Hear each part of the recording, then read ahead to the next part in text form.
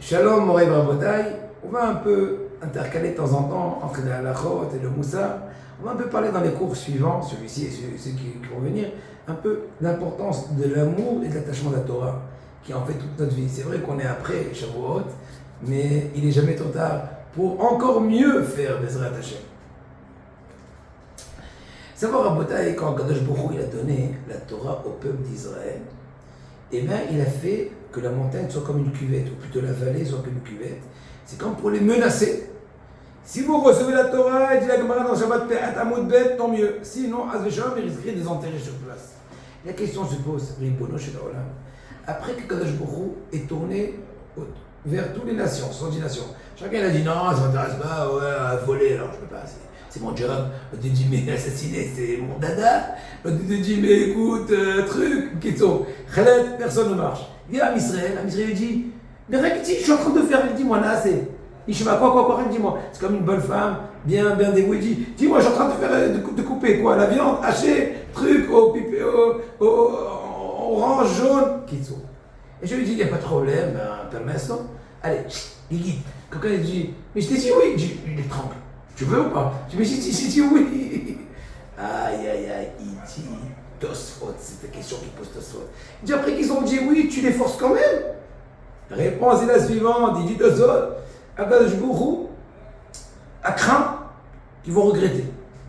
Et bon, chez l'Olam, il vient le Maharal de Prague qui dit excuse-moi Tosfot, j'ai du mal à croire qu'un Israël vont regretter. Alors pourquoi Hachem il aura fait cette comment dirais-je, ce forcing, malgré leur acceptation, comment dirais-je, de tout cœur? La réponse, il dit le Maharal, un truc extraordinaire. C'est une chose en fait très profonde et à développer, comme ce que Raphaël Friedlander développe au nom du Metal Média. On va juste un peu goûter.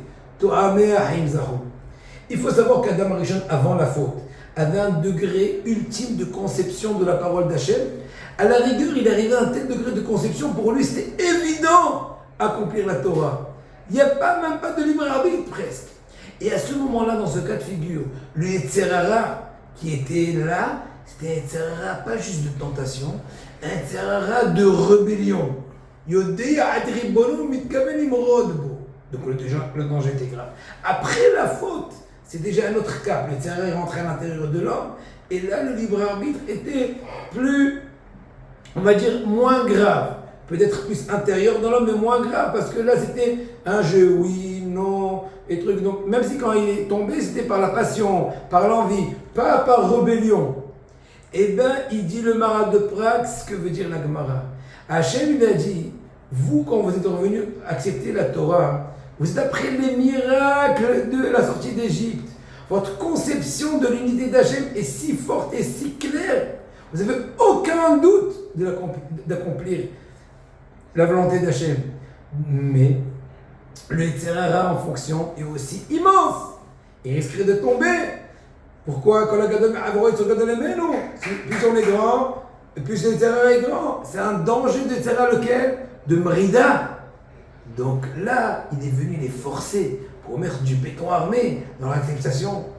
Et d'ailleurs, plus tard, à l'époque de Purim, ils ont reçu la Torah avec amour. En fait, c'est pas un plus haut degré.